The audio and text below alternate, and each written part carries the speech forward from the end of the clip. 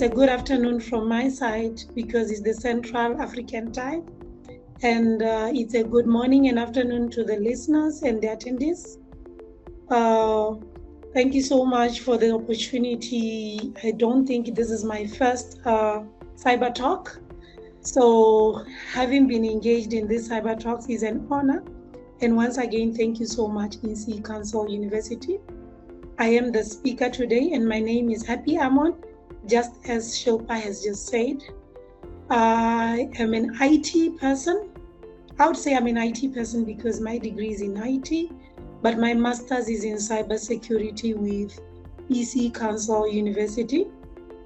I was specializing in executive leadership in information assurance.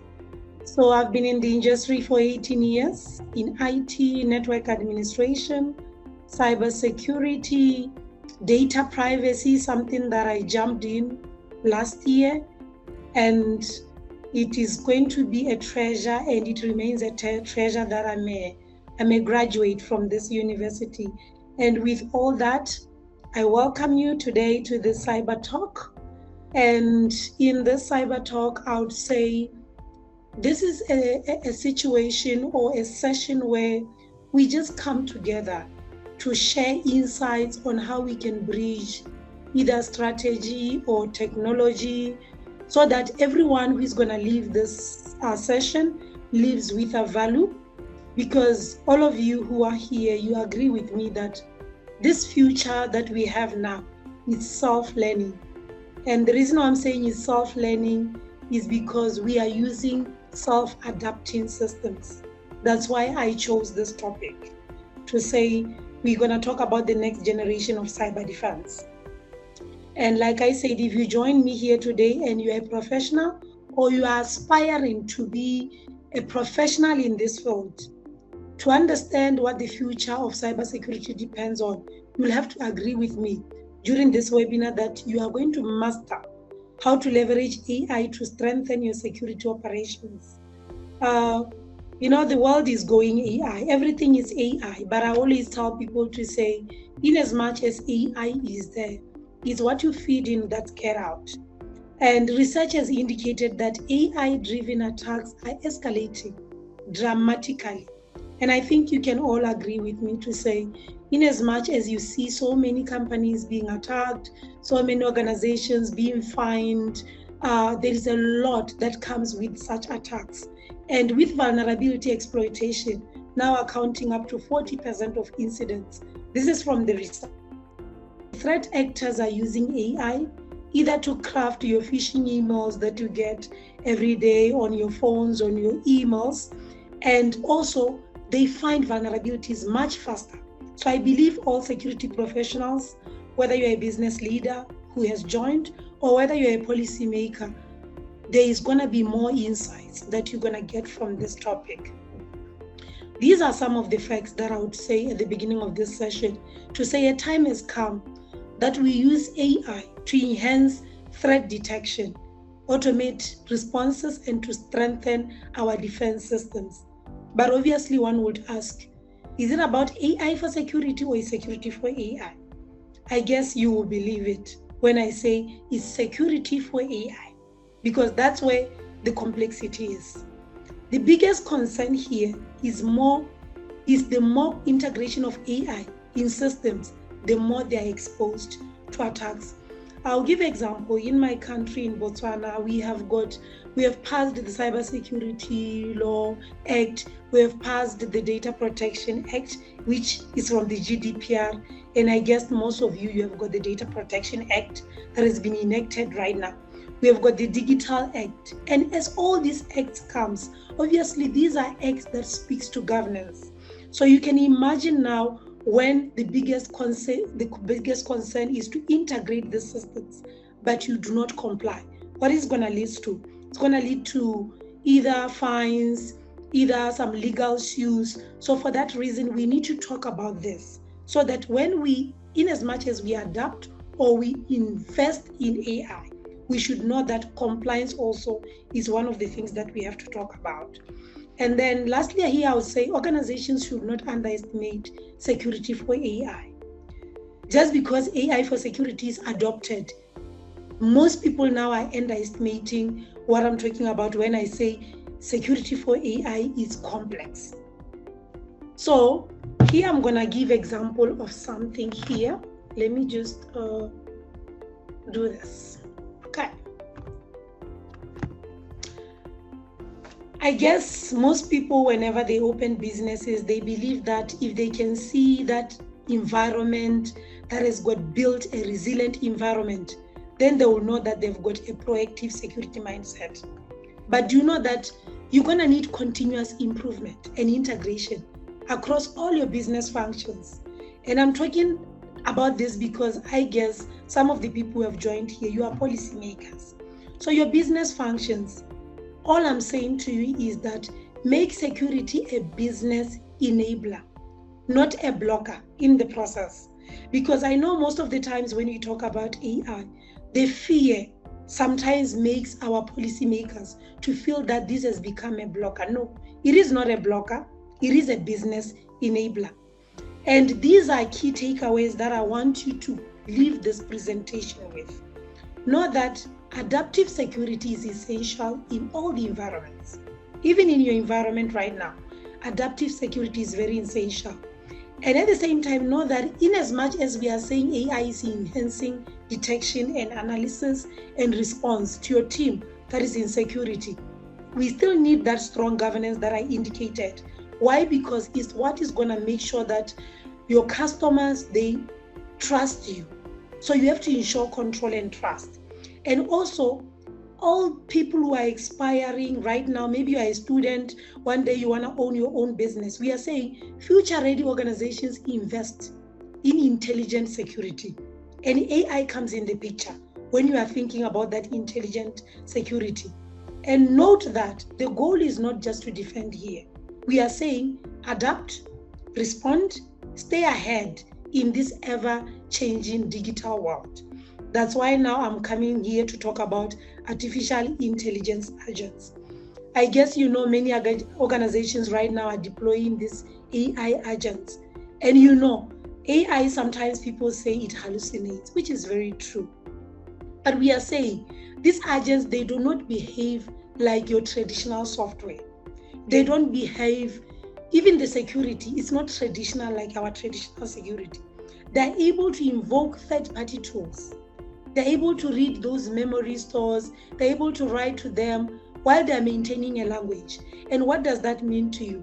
It means so many businesses right now, we are signing memorandums of agreements with so many organizations. But because of the acts that I indicated, like Data Protection Act, you find that these third-party or vendor assessments are not done. But that's where the risk comes from. That's why I'm going to talk about the application security, the traditional one. So imagine right now the CCTV. I guess in your business you've got CCTV. How would it be like to have that CCTV that is able to predict the threats? Can you imagine your CCTV predicting the threats? It's very possible with AI. Why? Because what makes it possible is we still have to invest in integrated security strategy. So it means as an organization, you need to align your IT, your risk, your business teams to establish governance for AI so that you are able to have such kind of technologies. And now I'm saying, let's look back. In the old days, what you feed in would be what you feed out, what you get out. That's why here I'm saying it would be, there's an input and you expect the machine to behave in the same way that you have put something in it. But we know that there are privilege boundaries. You know your access lists. You know your access lists for those who are in networks. You know how to define your level of permissions, your privileges. You have your SOPs, you have got your policies that are guiding the organizations. This is what we are using in the traditional security. But looking at your supply chain, my office senses, so I have to keep moving so that it doesn't go dark. So if you have those third parties that you have engaged, you know that for supply chain trust, you have your dependencies that are fixed in those APIs. And if you are to do any drill, maybe you conduct your cybersecurity drill, maybe you do assessments as penetration testings. These are some of the things that we are doing these days. But look at what we are moving into now in AI. AI, you wouldn't say today we are waking up to do a penetration testing. No. When you have to do your test gap, it means you have to consider that when the time comes to test those gaps, there are no existing standards for natural language, because I indicated that it deals with natural languages.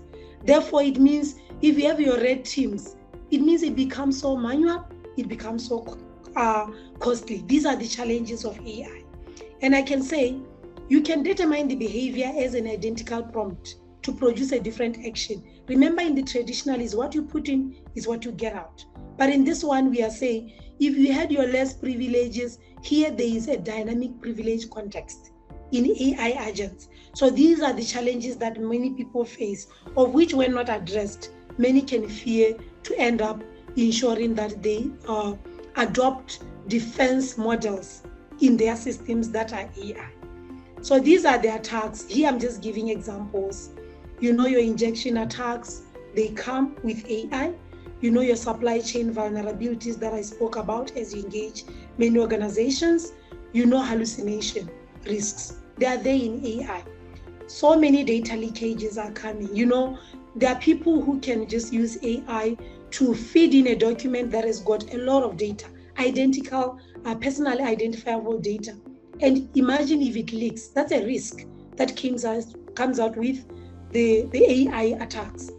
Your memory exploits, your tool misuse and abuse, your infrastructure level risks, the agent overreach. I spoke about governance. We have the GDPR, which is speaking about the Data Protection Act. Obviously, if there are compliance gaps there in your AI, you find that you have breached and your access control failures. But now we are saying, although we have these challenges, come up with some strategies so that still you adopt AI in your defense models. What are the mitigation strategies that I would say? Your privilege separation, your minimal action surface, your output scanning, do that hygiene, your credential hygiene. If you have got that strong IT team, confirm your gates of distraction operations. There should be this fairness in audits, and there should be action confirmation where there is identity binding, because in AI, it's not just a tool. At the end of the day, you still need people who monitor, and you need to also do your serving endpoint hardening. Those are strategies. And for that reason, we are saying we now have a lot of tools in our organizations, and these are our defense models. But does that mean that we are not going to adopt AI? No. We should look at the scenarios that are there. As much as the cyber threats are there and are accelerating in scale, all your digital environments that you have, they are also expanding. They are not only expanding if it's cloud or remote work or your APIs, but know that traditional security is too slow and it's fragmented. So, as these major global organizations have been breached, that you all know, it means disruption is very operational and it's not technical. And recovery is very costly. For that reason, I'm saying how your AI actually works in security is that you should follow this life cycle to ensure that there is AI in your defense models. Remember, data comes in. AI detects it. It analyzes, it prioritizes your risk, it responds. Yes, sometimes it's automatic. And then it learns from that event. So don't you think from all this is what makes security adaptive? It is. So for that reason, that's why I'm saying it's high time that we talk about the problem with traditional security and ensure that a simple analogy becomes traditional security is like locking your doors, and after that, immediately after a break-in, you are saying, okay, I'm going to lock my door. But there's still going to be a break-in again.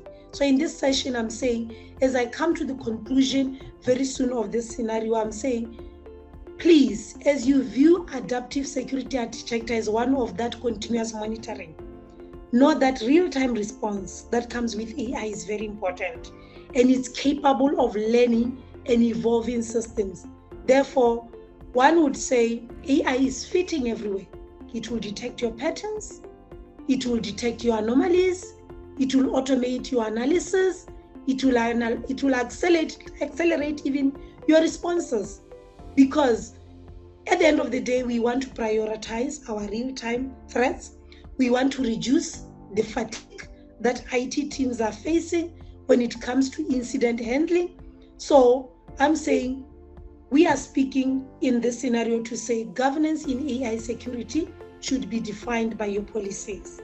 And for that reason, there should be clear accountability. And now, since AI attacks evolve in real time, there is need to ensure that these models are adaptive, they're intelligence-driven, they are automated. And before I conclude, I would say AI is what makes adaptive security possible at scale.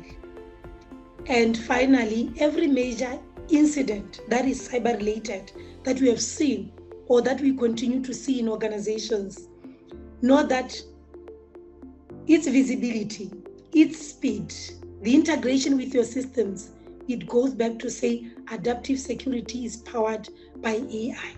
So for that reason, I would say to close here, my key message is adaptive security powered by AI.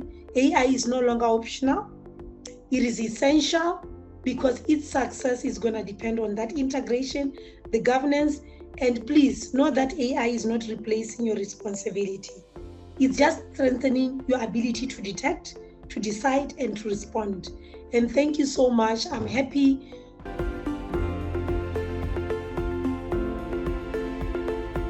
I used to work for this company. It was called Botswana Telecommunications Corporation. So because I was in cybersecurity, we had what we were calling offering cybersecurity as a service. So we were targeting the small companies, the small businesses. Reason being that we knew that it's going to be very costly for them to buy the infrastructure, for them to be able to hire professionals. So what we would simply do is we'll just walk to any business and we just tell them that, yes, you do not have skills. Yes, you are not able to have an infrastructure that is very big, but know that risk is for every business and cyber attacks are affecting everyone. So how we were going to just do it, we were making sure that we were selling different tools as a service to them.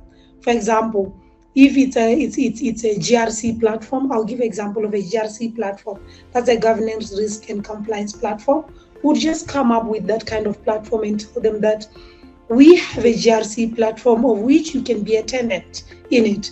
It means you'll be paying a certain subscription, but we give all your departments, each and every department, we're going to create it on this platform, assign roles to different custodians and data champions and data implementers or every department.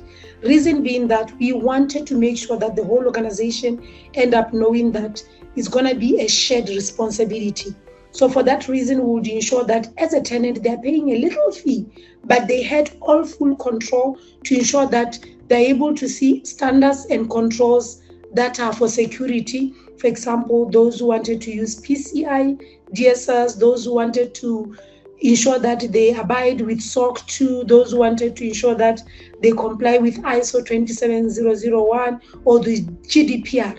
Just being a tenant, paying a little subscription, they were able to ensure that they've got controls and they're able to also upload evidence to ensure that when audit comes, at least they're able to see. Same applies to also those that way maybe they don't have their own SOC, they cannot afford SIM. We could also offer such services. So sometimes you just need to contact a vendor, find what is tailored for your organization and be able to purchase such. And then for that reason, you are going to save in your infrastructure, to read the resources, but you'll have the tools to be able to monitor your organization. So that's what I would advise. So basically, they should adopt to use what we call managed security services. So it can come from any vendor. Whether you want that managed antivirus, you can get it from a vendor, or it's a managed firewall, or your security monitoring, or your cloud backups. You can always look for an ISP that can help you with that. Yeah, these large language models, like I indicated, I didn't speak more about them, but because they are coming from these AI agents, the fact that this large language models, they are creating a challenge, I must admit, and of which all cybersecurity experts can also admit that the challenges with this is because, remember I said traditionally you could input something and then something would come out. But this one's, the challenge for AI cybersecurity is the same input can produce different outputs, because these are, remember, it works with different times and different languages at different times. So obviously, consistency there, you cannot expect to see it. So for that reason, you see, no matter how you are trying to put efforts, there is no consistency. You can't even predict what is going to be an outcome. You can't even trace whatever that you're going to get as an outcome. So that's why we are saying, to rely on it, it's quite critical, because you cannot determine the behavior that is going to come at the end of the day. So I can say they are really, really affecting this, because at the end of the day, it's not like old days where I would say the same event is going to give you the same response. With this one, you cannot be sure of the outcome. That's why I also indicated it in the when I started talking about some of the challenges of AI. I said traditionally I knew that what I put as an event was going to come out as my response. But with AI, I can put something right now, but a different interpretation and action is going to come out. So that's how it undermines. I would say AI it's helping in the sense that it's reducing fatigue. I would say fatigue because, remember, all these systems that we are having there, we are looking at the logs, we are looking at the events for us to know which one is true or which one is correct. But at the same time now with AI, we are saying we are trying to reduce that fatigue. So I would say threat monitoring still needs accountability of a human being. I always use GRC. The reason I'm using GRC is because I've realized that GRC plays a big role, because risk management goes together with your incident response and goes well with your coordination and your governance. So now, if this AI if these tools are using AI to enhance, it means, from my experience having worked with a lot of security monitoring processes in my field of work, I would say yes, they are very capable. They are very, very capable. But at the same time, it takes a lot of accountability from people. That's why I say technology is not going to be replaced by AI. But how you identify abnormal behaviors and also prioritizing your high alert in whatever SIM or SOR platform that you are using, it goes back to the people who are sitting there, because they're going to have to use what we call a risk-based prioritization of that alert.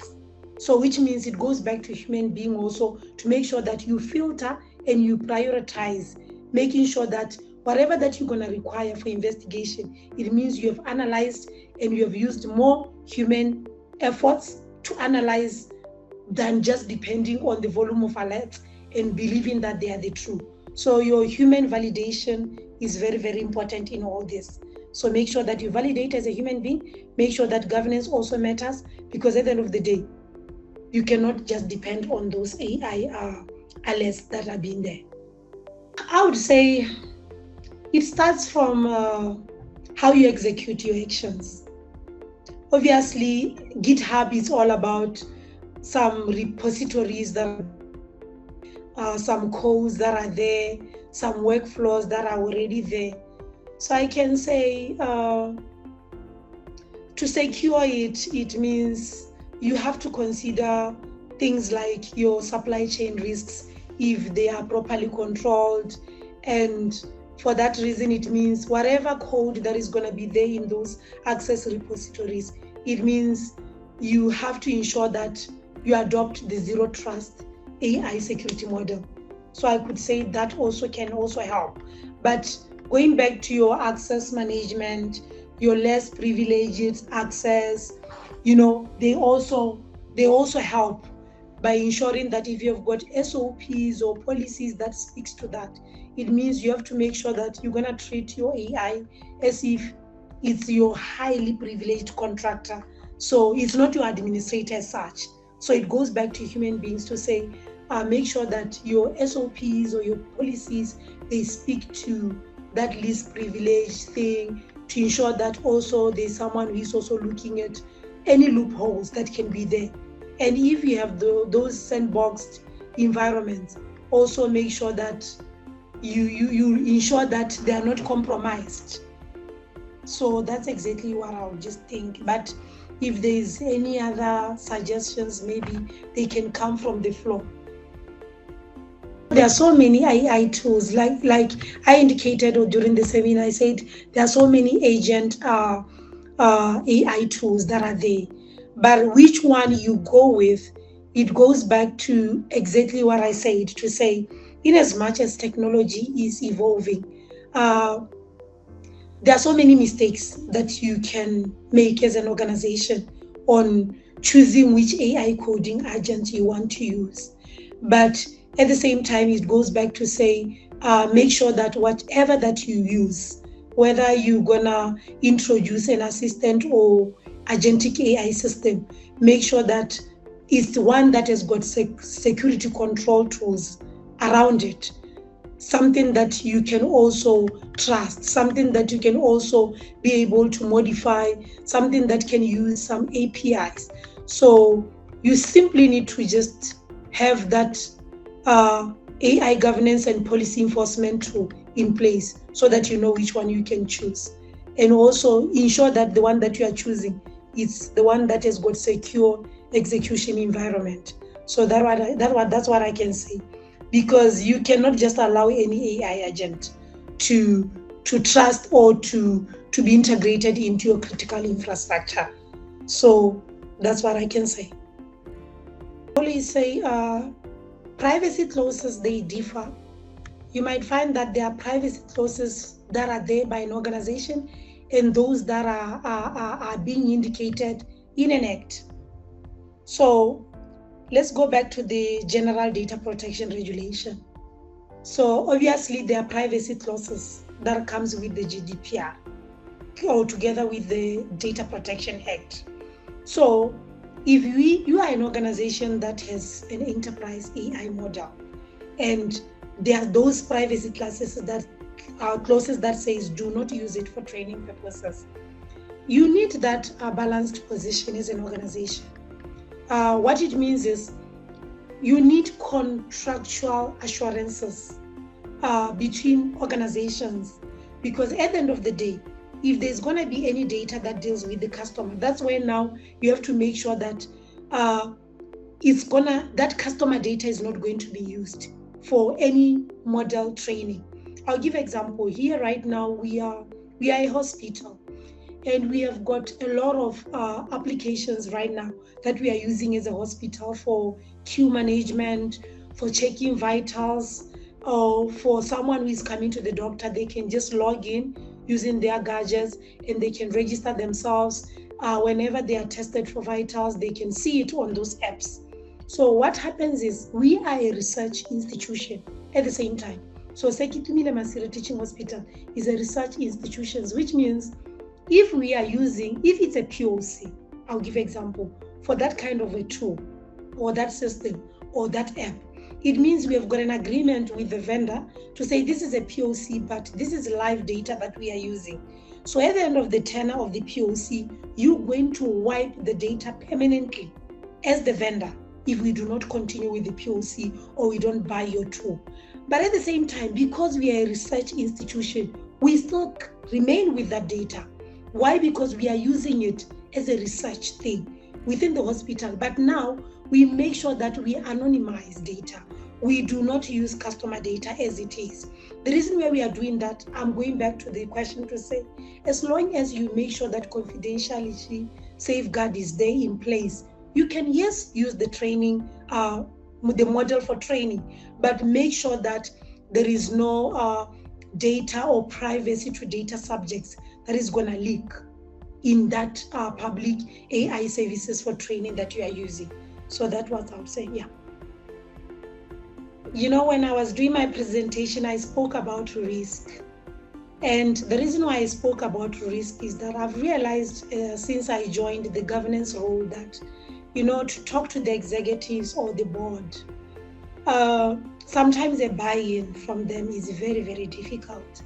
But if you preached that risk is like 999, it's like an emergency, it's like fire, it's for everyone. For that reason, sometimes to communicate an attack surface to them in that sense, it can, you know, they can understand very, very well. Why? Because, you know, if you're gonna come as a technical person and talk to them a technical concept about any attack, they will not understand. But if you come and use that technical concept to them as a business risk and as an operational resilience discussion, they will understand you. Imagine if I'm going to come to the CEO and say, if this attack is gonna affect our financial data, this is the loss to the revenue, or if it's gonna affect employees' data, these are the fines. Because of the panic of the business risk that come with it, it's easy for them to be able to understand. So obviously, if that attack surface is dynamic or it becomes distributed, now it brings fear. For that reason, it means I have to use that language that they will also understand. So I would say, yes, you can use that language that is not too technical, so that at least at the end of the day, they don't think about firewall, but they look at it or they shift it, the conversation from perimeter to exposure, so that they know how many customers they're going to lose if people lose trust on them. So that's what I would say, how it can work in this case, so that they understand. My experience and from what I see, people still fear AI. So, you know, just to integrate AI into their systems, most organizations are still skeptical about it. Very, very skeptical about it. Because, you know, you have your systems, you've been using them for many years. So sometimes when someone thinks you're gonna plug in something into your existing system, you know, some people will think maybe it's gonna change how they've been operating, how they've been making their decisions, how they've been treating their threats, how their data has been processed. So for that reason, you find that it's something that is good. It can be exciting if you make them understand that it's gonna transform their business opportunities somehow.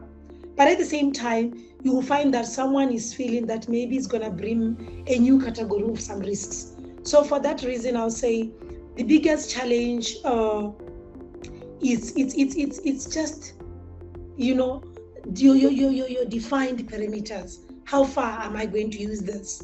What workloads does this bring? Will it change my infrastructure? So if people are convinced in that way, I would say it's very, very possible for you to be able to ensure that if legally the infrastructure allows it, then it's easy for them to gradually maybe modernize their systems phase by phase, and also maybe prioritize which systems they want to do first. And at the end of the day, it's easy for them to end up integrating their legacy systems with AI. The truth is, there's still this belief that AI is going to replace people. I cannot say AI is going to replace people nor replace technology, because like I said, you know, there are so many acts that are coming right now for issues of governance. So which means a human being is still needed. So if you are a cybersecurity expert, know that this is still an exciting profession which cannot be replaced by AI at all.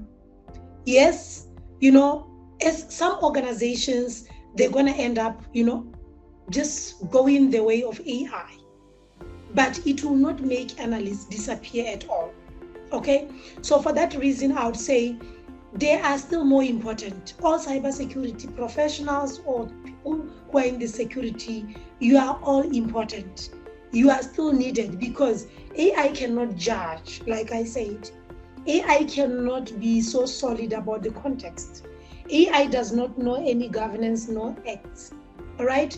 all the strategies, when you do your 10-year strategy as an organization, these are people who sit. When you draw a strategy plan, maybe 10 years for an organization, you are putting people in your strategy to say, for me to achieve this goal and this objective, it means I need these people. So because you are required for judgment, for context, for driving the strategy of an organization, and also to make those decisions, there is no way you can be replaced at all. Yes, AI, if you have got tools, yes, it will still help in your SOC because it will make it, easy for everything. But honestly speaking, do not even have any fear, because analysts will not move from alert handling. You will never move. You are still needed. Yes, they can automate it. It can help you in your threat correlation, but you are still needed because you are the one who review the alerts. You are the one who filter which one is false, which one is true, and you are the one also who is going to be correlating those events. So it cannot replace security people. I've been seeing of late so many AI policies coming in place. There are those organizations right now that are coming up with AI policies. And during my presentations, I said one of the biggest challenges with AI is that there is no regulation. But the way the reality of AI governance is evolving than those regulations, it means there's a need. So I would say the best approach is, come up with your own policies. Look at, principle-driven or frameworks that are guiding your existing cybersecurity there. In your own space, if there are any policies that are for cybersecurity or for risk management practices, you can make use of those. Because at the moment, yes, there are not solid policies that are speaking to AI principles, but your guidance can be used by your own policies. NIST, there are also NIST standards like the risk management framework. There's this National Institute, NIST AI RMF. I advise organizations to use it because it's AI risk management framework. But at the same time, also you might find that there are those other AI governance standards that exist. Your UNESCO, AI ethics. You can always read those ones and you can be guided, because at the end of the day, you just need to leverage cybersecurity and governance models that are there. There is also ISO 27001. If you look at it, it has got those data governance programs within it, and something that you can also use just to ensure that whatever that you are adopting in your organization is helping you when it comes to risk management.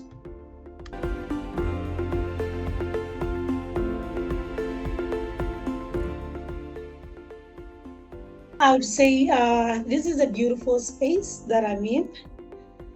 So if there's anyone here, you're a student or you are in a different field and you are considering a career in cybersecurity, please join, because you'll be stepping into one of the most exciting and fast-growing fields. I still say, even if AI is here, know that the digital world is expanding. And for that reason, it means more cyber threats are coming. So you have a job. And EC Council University is one of the best universities that offer a unique pathway for those who are ready to take up this leap. So for that reason, I can say you can come, you can start building your skill now. You can join the space and learn with EC Council University, and you will not regret, because I'm one of those people. In fact, I was one of the first people in Botswana to have masters in cybersecurity with EC Council University. So thank you.